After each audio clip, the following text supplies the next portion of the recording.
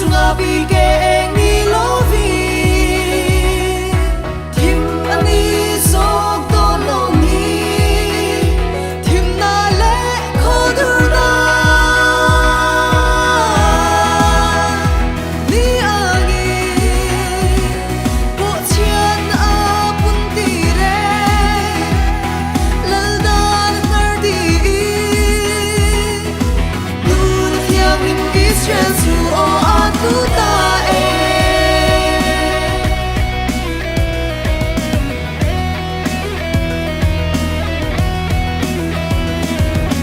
Lawin kurang ting lâu rắm Khao ngà vuan tu te an la no lòng Khăn te ram kol en hun chua Dòng khoang nê no Israel In say le i Lal dan phát lung berni i Lal dan at sung lung e Ram tin deng na nghe ra chua o du sum tua e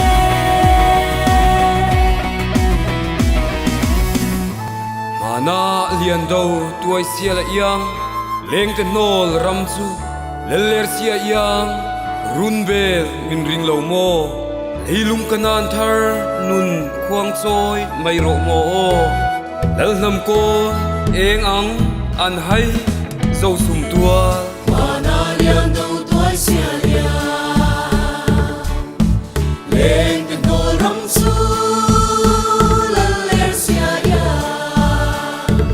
Rumbel mi ring lau mo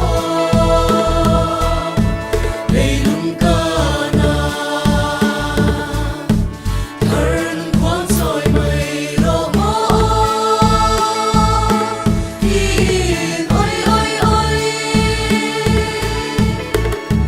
Lal nam ko eng ang an hai Dâu sum tua le o sum tua le Lal nam ko le ngam an hai o dâu sum tua khong e kan fil ve le ange sayon atlang thiang lima so ti fim le na mal som raman rarin na to torot mi sang rualin sing rang soin khuatin andapang zoram ipathian tok turin in peiro intileng o